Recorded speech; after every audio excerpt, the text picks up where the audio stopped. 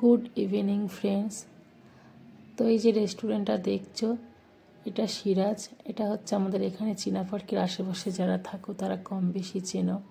তো কাল ছিল 1 জানুয়ারি। সারাদিন হাজব্যান্ডের ডিউটি ছিল বলে তেমন কোথাও যাওয়া হয়নি।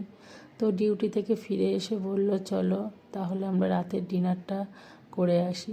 তো এই যে আমরা 8 জন মিলে চলে গেছিলাম। এটা আমার দিভাই, দাদা ও ছেলে আর সৌভিকের ফ্যামিলি, আর আমরা চলে গেছিলাম ডিনার করতে রাতে।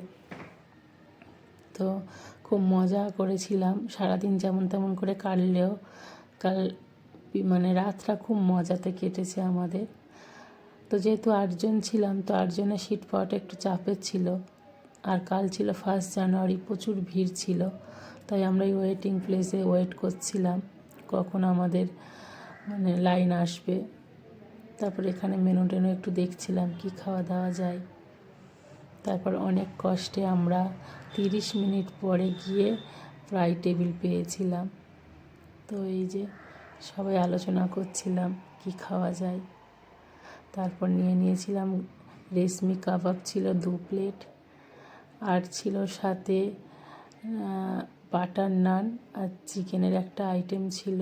তো এই মুহূর্তে আমি নামটা ভুলে গেছি চিকেনের আইটেমের নামটা। আর সাথে ছিল 2টো চিকেন বিরিয়ানি, 2টো মটন বিরিয়ানি, কোল্ড ড্রিঙ্কস।